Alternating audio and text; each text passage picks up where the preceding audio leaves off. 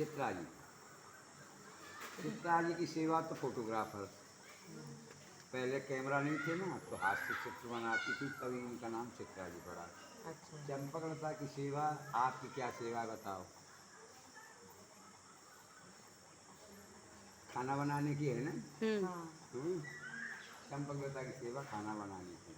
अच्छा। हाँ, खोआ से जो मिठाइयाँ बनती हैं उनको बनाने में बहुत ही निपुण हैं। खांड के कलवे बनते हैं ना, खांड के कलवे भी अच्छे बनाती हैं। राधा रानी के लिए खेलने के लिए मिट्टी के खेलना भी बनाती हैं। पिया पीतम में आपस में मान हो जाता है ना, मान माने आपस में झगड़ा, तो इनका राजीनामा भी कराती हैं।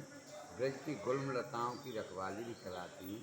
और चवर सेवा, देखो कितनी मिठाई बना के रखती हैं चंपकलता ने। सुखित सरिस प्रिय स्वादिष्ट भोजन, युगल रुचित अनुसार प्रयोजन, नवनूतन नित रुचिकर व्यंजन। युगल सरकार की इच्छा के अनुसार ही बनाती हैं। नवनूतन नित रुचिकर व्यंजन, मधुर सुगंधित खोआ मिष्ठान, पीतम प्यारी अत आनंद, चंपकलता सखी परमानंद। अति विशिष्ट उत्कृष्ट रसोई, पाक कला पारंगत होई, बर्फी पेड़ा और कलाकंद, चंपकलता मन अत आनंद।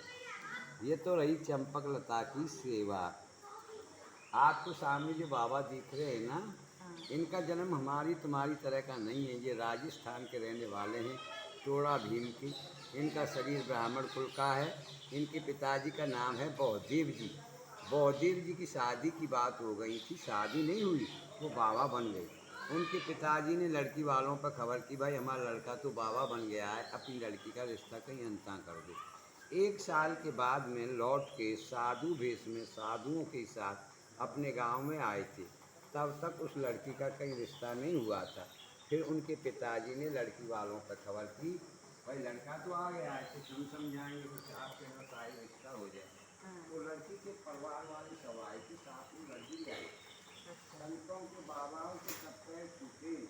उस लड़की ने बौद्धेव जी के पैर छुए ना, तो उसको आशीर्वाद दे दिया कि आप पुत्रवती हो। शादी हुई नहीं, आशीर्वाद दे दिया पुत्रवती हो वो लड़की। आश्चर्य के भी महाराज जी आप क्या बोल रहे हैं, समाज में निंदा नहीं होगी, कुआरी के बच्चा पैदा होगा तो बदनामी का काम होगा। बौदेव जी बोले आपके जो बच्चा पैदा होगा वो उधर से पैदा नहीं होगा, आपकी हथेली में छाला पड़ेगा, छाले से बच्चा पैदा होगा। हथेली में छाला पड़ा, छाले से ये बाबा पैदा हुए। इन बाबाओं का घर का नाम था उद्धव। ये कृष्ण भगवान वाले उद्धव नहीं है, कलयुग की बात है ये। उद्धव भी 12 साल के हो गए तो इन्होंने भी अपना घर छोड़ दिया।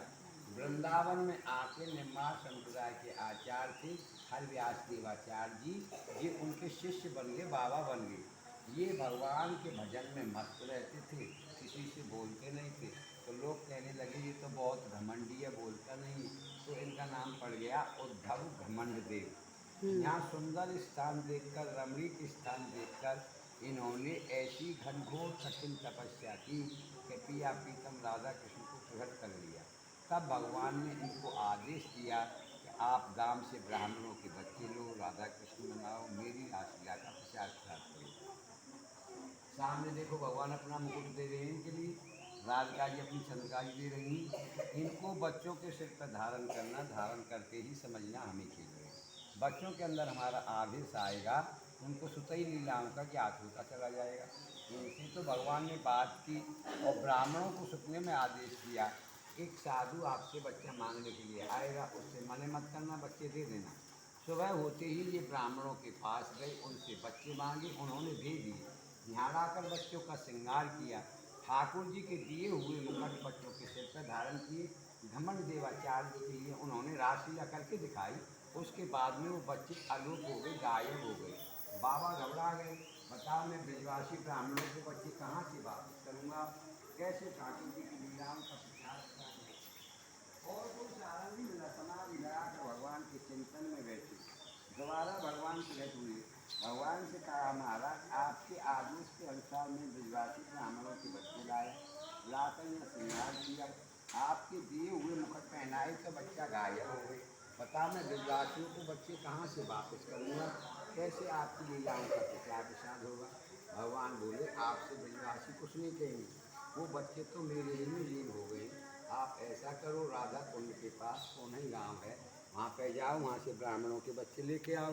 घमंड देवाचार्य जी को नहीं गांव गए, वहाँ से ब्राह्मणों के बच्चे लेके आए, फिर यहाँ पे रास हुआ, जिस पे आप लोग खड़े हैं ना, ये ठाकुर जी का प्रथम रासलीला मंडल है।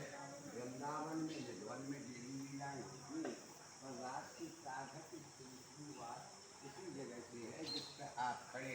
बोलो रास बिहारी भगवान की जय। चंपक लता सखी की जय। भक्त मंडली की जय।